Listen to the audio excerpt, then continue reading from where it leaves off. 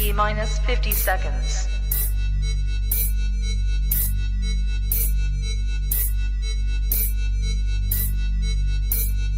T minus 40 seconds.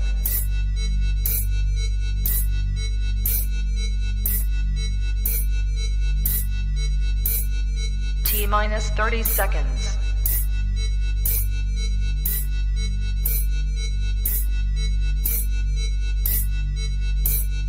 T minus 20 seconds.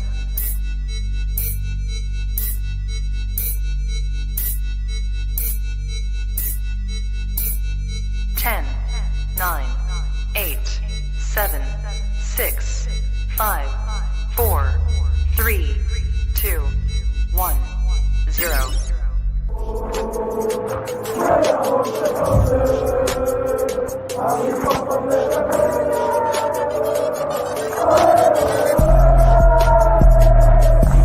Shout out to Kopish. Shout out to Kopish, guys. Keep all the good work the up. two legends, Emil Heskey, Howard Gill.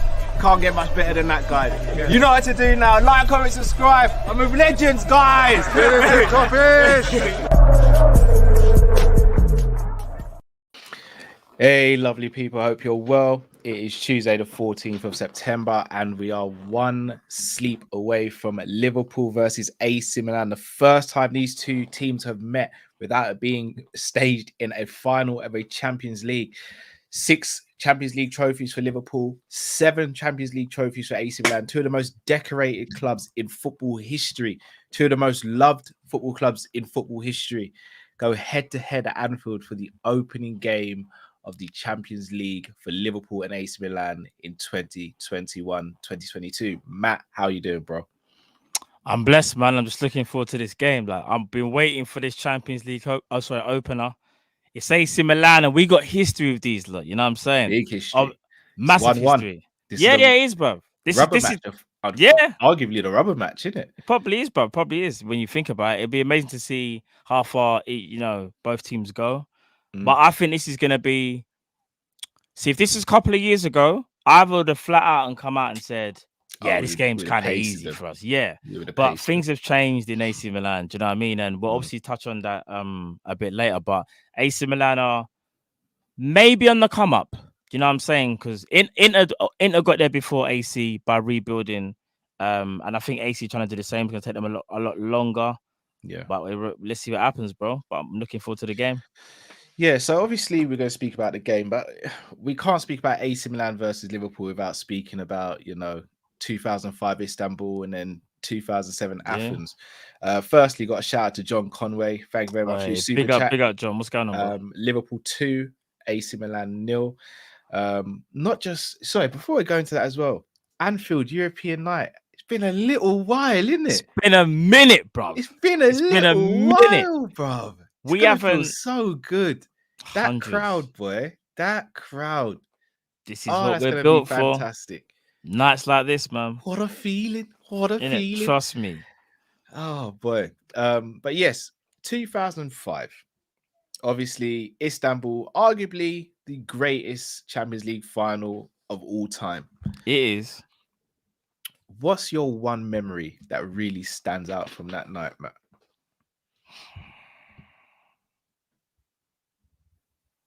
If I had to pick one, it was Dudek's save against Shevchenko, point blank range. And that's when I realized we're winning the Champions League. That one moment for me, I still can't get over to this day how Dudek even saved it. I know he just stuck his hands out like this or whatever. He just and Shevchenko just hit straight at him. I was like, what? And then I just remember the euphoria was just mad up. And even I never forget that famous quote. Well, not quote, but that saying of when Joe got the header, it's like, hello. I'll never forget the way the man said it. Hello. Here we go. Bro, them Commentary, two things excellent. there, bro, legendary, legendary. Nah, that save though. What's so mad is when Dudek made the save, he was looking around like, I don't know how that just happened. Like, this is Shevchenko, people. Don't ask me how I saved that. Just know that happened. Today. That was crazy.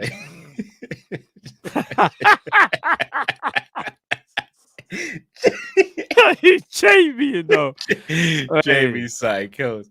Jamie, you give Oh, me too boy. much joke, bro. Trust me. Trust me. So yeah, again for me, should I tell you what it was? Like I would have used that moment, but I'm not going to use it because you have. That was the moment where I knew we'd won it. Yeah. But there was a moment when Serginho came on, and I was just petrified because I was thinking, yeah, we got nothing left in the legs. Oh yeah, for real. And for it was real. when Gerrard just would not let him do anything. And bear in mind, the one cross he got in was the Shevchenko header and double save from Dudek. But apart from that, Gerrard didn't give him a sniff. And I was just like, this guy is everything. He's different, bro. He's everything. He's different. Before I get drawn out, so John Sean's count on what day did you get married? So funny enough, my anniversary day is the same day as the Champions League win against Tottenham. I remember. Yes, yeah. I remember still. Yeah. Because that was meant to be my little one's, my first child. That was meant to be his original due date. Yeah. But he was born 2 weeks early to the day. Yeah, I remember. It was our wedding anniversary on the day of the Champions League 2019 final. So yeah, mad. But my day was amazing. The marriage was amazing. The wedding was amazing, and our anniversary was just amazing. Amazing. Trust me. I'm not high and looking to get quoted up and say no, bro. Trust me, that'll come back to haunt you. Big up Jamie though, just letting it fly, bro. Yeah. Hold tight, Jamie. If this is the last time we see you, we love you, Jamie. We know why. If it's the last time we see you, Jamie. So 2007, completely opposite in terms of emotion. What was the thing that really stood out to you most about that game? In 2005? 2007. Stood out to me. Probably that I felt like we were the stronger team. So here's the thing. So going back to that game, I remember thinking, we should probably win this, I didn't feel like they were as strong as 2005. And what stood out was that they just weren't going to lose. I could just tell from the first whistle they weren't going to lose this game. It was very different. I don't know what it is. There's something about Milan in that game that said, "No, we're not letting this one slip." After what happened 2 years prior, they were like, "Nah, this ain't happening again." And for me, that was another hard one to take because you think to yourself, "Right, like if you could win 2 Champions Leagues in the space of 2 years, that's an amazing feat to do already with a team that on paper, to a degree, had no right to win it against for me, a star-studded AC Milan team and one of the best teams of all time. Of all time, Cal. Do you know what I mean? And the 2007 team, if I'm not mistaken, it wasn't that much different from the 2005 team. Yeah, if I'm not mistaken, was Crespo who started up front for them in that game? Gosh, I know Inzaghi obviously did because Inzaghi got the 2 goals. Let me see if I can find the lineup because I'm pretty sure that lineup that they had. Shevchenko had moved on already by that time. Yeah, but they were still stupid though. Hold on, 2005. Starting lineup. Hold on. 2007. Let me see if I got it. Let's see if anyone in the chat can recite that starting 11 as well. For AC Milan, that is. I think the standout moment in that game for me was Inzaghi's second goal. Yeah. I think up until that point, I still thought we were going to win it. I actually kind of think I went to that game so confident. I actually did not see how they were going to beat us. No, that's why. But the second goal, as soon as the second goal went in, I was like, yeah, that's it for us. Let me read this out to you. This ain't as strong, Even though I knew they weren't going to win it. Listen, our team was strong. All right, so Dida, Jankulovski, Odo, Nesta, Maldini, Gattuso, Kaká, Filippo Inzaghi, Seedorf, Ambrosini, and Pirlo. And then on the bench, they had Gilardino, who at the time, I remember for Parma, he was banging, but never really kind of done it at AC. Cafu was on the bench, Serginho, Brocchi, Kaladze, and Favelli. Now, here's our one. Where's the one? So you had Reina, Agar, Pennant, Finnan, Gerrard, Carragher, Zenden, Risa, Alonso, Kai, and Mascherano. And then on the bench, but listen to our bench. Crouch, Harry Kewell, Hippier, Bellamy, Dudek, Gonzalez, Arbeloa. Was Fowler not on the bench? No, he wasn't. Fowler not by didn't this. make the bench for that one. And I'm reading this off Sky Sports. Wow. Benitez had no time for sentiment, boy. No time at all, bro. He was just like, no. You ain't Yeah, listening, Robbie. We ain't he's got like, time for this yeah, they sentiment may thing. call you God, but you ain't God to me, Innit? big man. You ain't got. There's no gods around here, bro. Rafa is not playing about, boy. But yeah, no, I think we should have definitely won that game. Yeah, Just we're didn't take our chances, and it came back to bite us. As we've seen down the years, that can happen not just to us, but to every team. Definitely. But now, moving on to the game tomorrow, or whenever you guys are watching this on Wednesday evening, Liverpool versus AC Milan. Now, AC Milan, they've been really good recently. Like, they won at the weekend, if I'm not mistaken. I think 2-0. I think goals from Ibrahimovic and Rafael Leo, who as their first goal was really well worked, actually. I remember watching that, really well worked. Yeah. Who apparently there's definitely no Ibrahimovic. I'm not sure about Giroud or not. But haven't heard much about Giroud. Yeah. Who would you say is AC Milan's main threat going into this game, or who's a player to watch? Sorry, AM says I feel like if we had Torres, we would have won. Facts. Yeah. Facts. We missed Torres in that game. That was a catalyst for us to go and get a Torres. Definitely. Going back to your first question, who do I think? Do you know what? It's oh my days. He reminds me. I don't want to say it too early. Oh, that's it. The name Tonali. I'm not gonna lie. For me, Tonali is a player, and he can linked with him heavily before. Yeah, I remember because I think I'm from Brescia. Tonali, yes, if I'm not mistaken. Yes, I believe. Bruv, right. He reminds me a little bit of like a Pirlo-esque type player. But he can spray all day, you know. Yeah, he can. Good free brother kick can spray as well. I'd even say Kesse as well because he's a strong, powerful runner. Romagnoli's in my opinion, their best centre back. Now they have Teo Hernandez is rampaging. Do you know what? Rafael Leo, Rebic, they've got a good team. Rebic is good. Rebic is underrated, bruv. Rebic is good. Good team. Don't get twisted. Rebic is good. Tomori. Oh yeah, forgot Tomori. They got Tomori. I'm not gonna lie, I'm a big fan of Tomori. I like Tomori. Tomori's a good player, man. Listen, I think you can always get at Milan, but they've got good individual players. They've got a mixture of young and inexperienced players, I believe. And I would say that if I had to pick just one danger man, as you said, because I know we said a few, I'm gonna say Tonali. I think if you can shut down Tonali, you've got a better chance of like overpowering them, overroaring them, and dictating the game, which I think we should do anyway, especially being at Anfield. You don't want to let them get comfortable and settle on the ball. Yeah. And I think he's their main dictator. So, and also as well, I think Rebic is one because he's got very good movement and he can use both feet as well. He's pretty. I like Rebic still. For me, the player I'm most interested to watch is Kesse. He's out of contract at the end of the season. He's a player apparently we've been linked with. He's a player who I think would do very well in our midfield as well. Yeah, he's a workhorse, bro. He's a beast. I'd love to see how he plays in this game. Ty says, all I remember about 2007 is the ref blew early. Facts. Yeah. I remember that he did blow early. He said that. Yes, he did. Good. I forgot about that. He did. I forgot about that. Flipping joke, bro. Goodness me. Right, yeah. Dirty little stop out him doing that, man. All right, well, Matt, next question I'm going to ask you is not necessarily who you think Klopp's going to pick, but the 11 that you would pick for this game. So we're going to play Klopp now. Who would your starting 11 be and why? And I'm going to write mine down at the same time. My starting 11, yeah? Yeah. All right, cool. Ali in goal. Yeah. Trent right back. And this is the sad thing. I kind of want to rest Trent for this game, but I feel like we can't. And I'll get onto that a bit later. So Trent plays. This might surprise a few people, but I'm going to go still with Van Dijk again. I'm not going to rest Van Dijk. I know Van Dijk may need a rest, but dare I say it, I feel like his centre-back partner needs more of a rest because I feel like he's more prone to breaking down. Hence why I want to go with Konate alongside Van Dijk. Okay. Then I want to go with Tsimikas on the left. I want to give Robbo a break as well. And this is Champions League. This is where we should be able to rotate because we've got quality. And that's what I'm doing.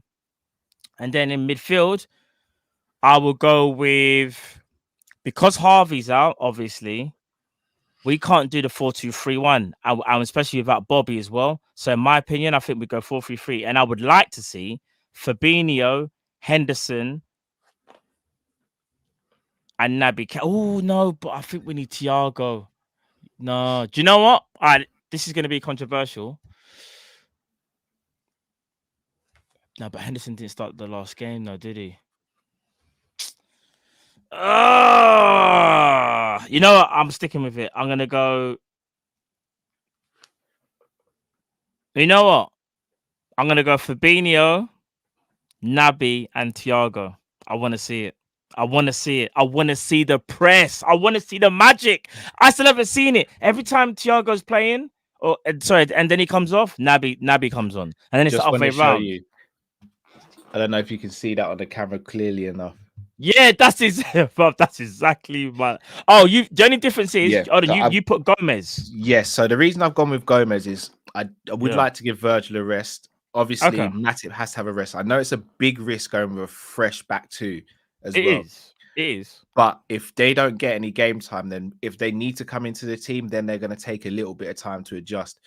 Dare I say, I'd rather give up points in the very first game of the Champions League than in like the fifth game of the Premier League, for example, if one of those two had to come in cold. So I'd prefer for them two to start, get some minutes under their belt. Again, that is the problem. Unfortunately, Nico, I wouldn't want to see Nico play this game, especially against your likes of Teo Hernandez. But Trent does need a rest. But unfortunately, in my opinion, I don't think you can put Nico in this game. So it's still Trent at right back for me. Kelleher, I'll be honest with you, I wouldn't be fully against Kelleher playing. But in this game, I would still go with Ali. But if we saw Kelleher, I'd be all right with it. Tsimikas, I think, speaks for himself. He's shown that he's more than capable to come in. 100%. An understudy, or dare I say it, be competition for Robbo. Again, this is where we're kind of lacking a little bit because for Henderson can play the 6, but I think you take away quite a bit of his game, you doing that. Hence why I was so keen on getting someone like a Basuma who could do both the 6 and the 8. But for me, Fab's got to stay there because I think he could be the key to just shutting off all the avenues for AC Milan and helping us squeeze up the pitch.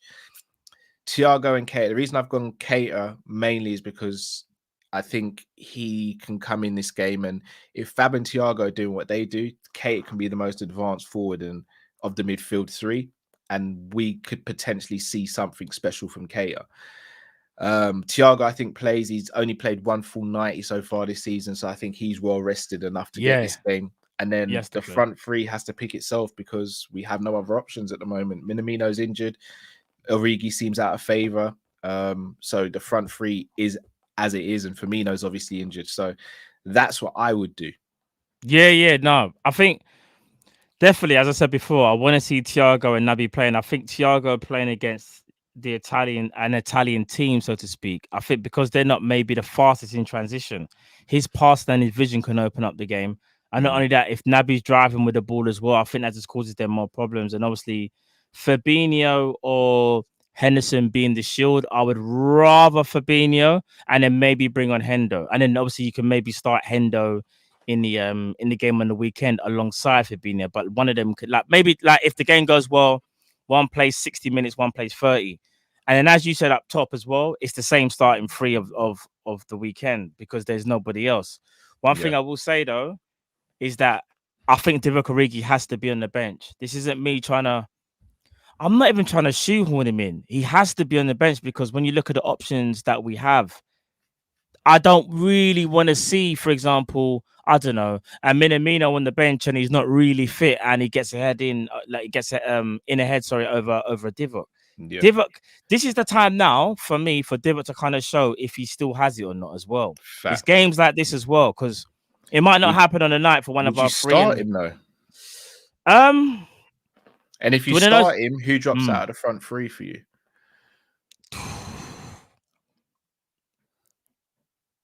I will probably say he has to go down the middle. Mm-hmm. So I'm going to say Jota. And I know Jota's the 4 man, but I want to see what Divock can do down the middle because you want to know something? With the injuries that we have at the moment, we need to know whether we have a plan B in terms of can someone else play down the middle other than Jota? Or Firmino. Or Firmino. it used to be Divock Origi. Yeah. I don't know. There's obviously a reason why he wasn't in the in the squad at all. Obviously, he traveled because we saw him in the jacket and that really looked like he was Ready to on swing, one. innit? Yeah, but it's a swing for man. But I want to see him get some game time, you know, because all jokes aside, whether you rate him highly or not, in my opinion, he's still got quality to offer, and he can score goals. He can just score goals. So, do you know what I mean? We can even do a Jota on the right, Origi on the left, Salah for the mid. Like there's bare ways you can switch it up. All Personally, right, so here's my feeling. I know where this is going to go, so I'm not going to dwell on it. I would actually, if Origi was to play, I'd actually put Jota on the left hand side and put Mane on the bench. Nothing to do with form. The reason I do that is because Divock usually tends to drift out to the left hand side. If he's going to drift out to the left hand side and Mane's playing, I think they get in each other's way and it vacates whoever's in the middle. If Jota plays on the left hand side, I see Jota being someone who comes inside more than Mane does. Therefore, I would expect Jota to go through the middle and Origi to go out to the left when he drifts. that's a fair thing to say. I'm just thinking like, yeah, maybe Jota does tend to come in a bit more so than Mane. I think Mane can go either side, and so can Jota. But I just think maybe Mane's a little bit more comfortable. Actually, no, I don't know. Actually, because Mane does like a little 1-2, then runs into the middle. I'm just trying to think now. I think they both kind of do the same thing, you know. Yeah, I think Jota does it more though. I think Jota does it more because Mane often goes down the outside and will try and get crosses in or beat his man, get to the byline and pull it back sometimes. Whereas Jota's much more direct in terms of trying to get in and around the box. Yes, he is more. Yeah, he's more direct. He's more direct. You're right. And Divock's positional play, he tends to like to drift out to the left hand side. So them two can potentially interchange. No, I hear that. Do you know that's a good shout? To be fair, put it like this. But I don't think that will happen. Sorry to cut you. No. I think it has to be Salah, Jota, and Mane. It has to be. They're our best front three. It will be. And they're all available. Be those three. We have no one else available apart from Origi. I don't know if Minamino's back. Even if he is, I'm not starting Minamino ahead of any of those three, in my opinion. No, neither am I. And he hasn't warranted anything either. So it's a case of you play the three that are in form. Unfortunately, the players that we would have potentially brought in are injured. Minamino's injured, obviously, or just come back from an injury. Firmino's still injured. Harvey Elliott's injured. So there's not really a lot we can really rotate other than Divock Origi. That's it. That's all we have as an attacking option, really. And I know we got Ox, but I'm gonna be real.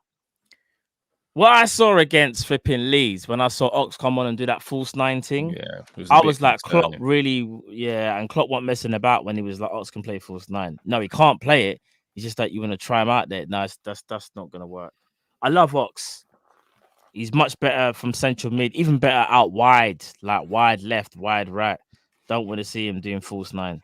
I really don't, bro. Agreed. Gaurav says Thiago and Fabinho have to start.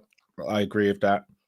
I hear that. Max says, who should we look out for, guys? Zlatan won't be there. Yeah, we kind of touched on this. So there's a few players: Rafael Leao, Rebic, Kessie, Tonali, Theo Hernandez. They got good players. This is a shout, and none of us have mentioned him. From Ras, does Curtis Jones come in this game and replicate kind of what Harvey Elliott was doing in terms of from an attacking sense? Was Curtis Jones on the bench though against Leeds? Was he on the bench? Yeah. Do you know what Curtis? Because Curtis was arguably doing last season what Harvey was doing so far this season.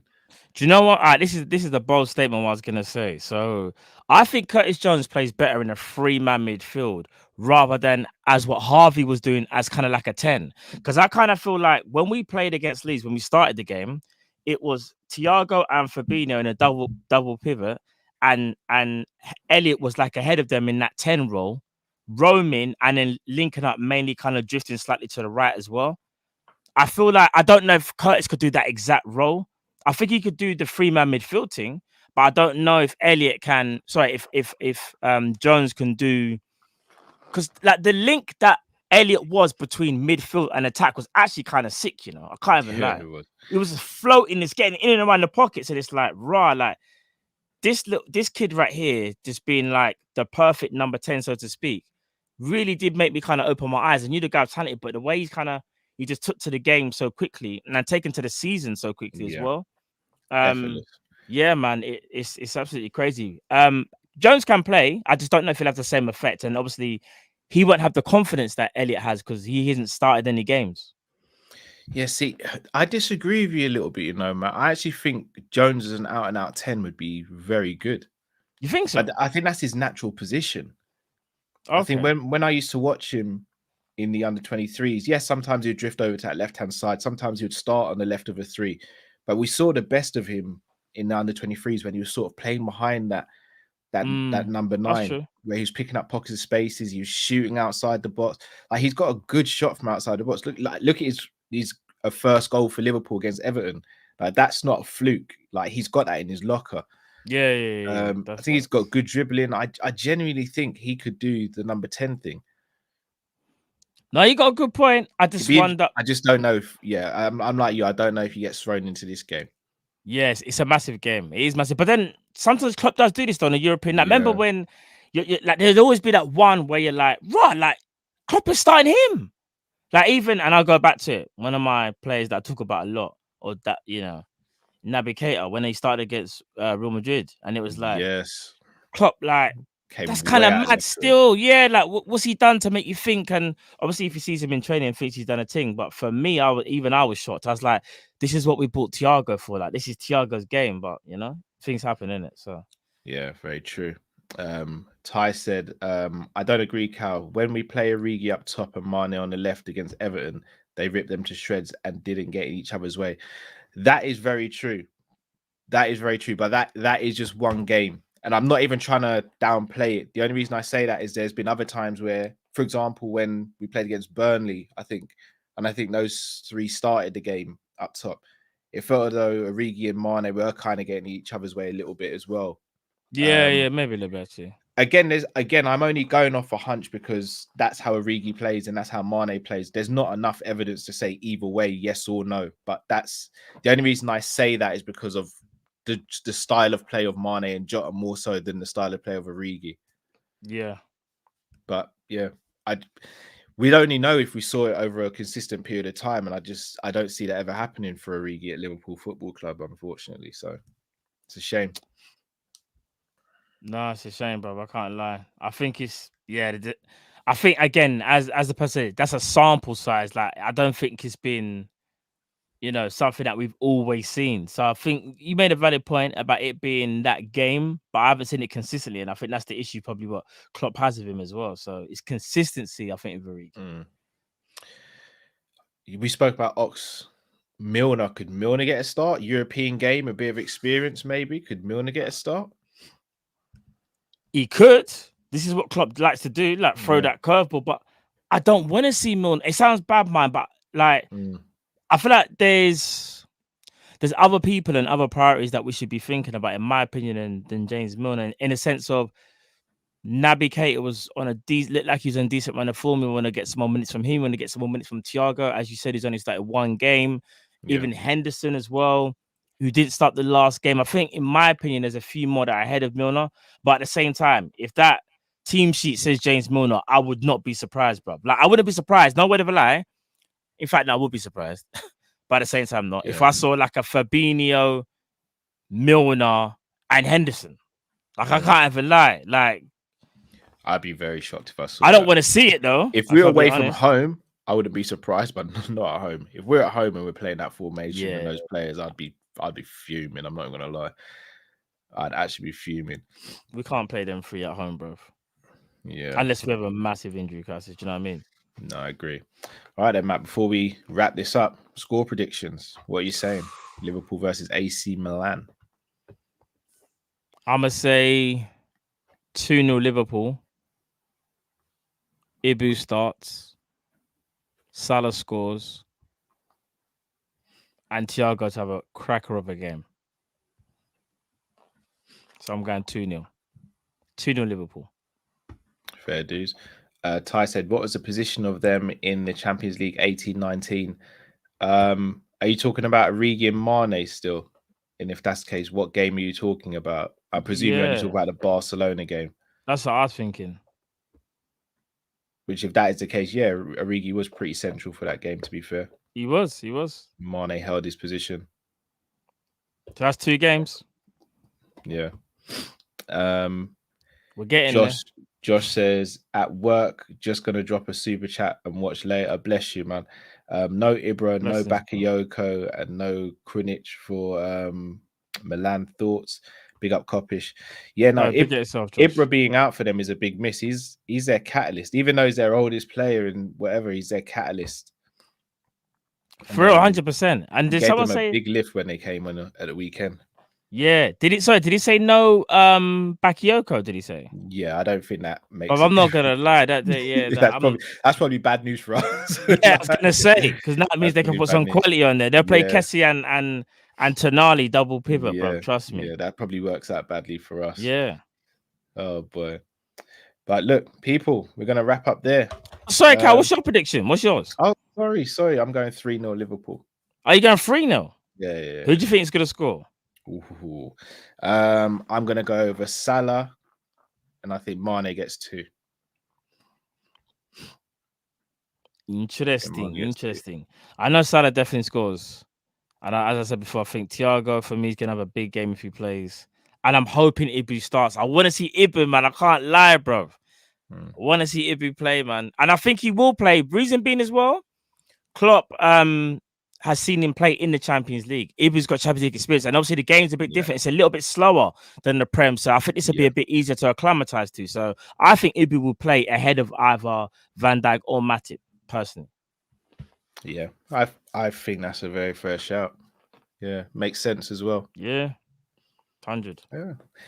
So, people, we will be back tomorrow evening for the live watch along, as well as the live instant match reaction as well. Liverpool versus AC Milan, 2 of the most decorated clubs in football history, especially in Europe. Can't wait for the game. All we ask from you guys, smash the like button, leave your score predictions in the comments. Let us know who you think will be the winner, and also let us know who you think the goal scorers will be as well. Matt, anything you want to say before we take the people out? I'm just looking forward to the first game of the Champions League, man, of our season, the campaign. Let's listen. Let's start with a dub in it, and let's just cook these lot, man. Trust me. For real. But people, thank you very much for watching. Until next time, stay safe, stay blessed. We're Kop-Ish. We're out, people. Take care.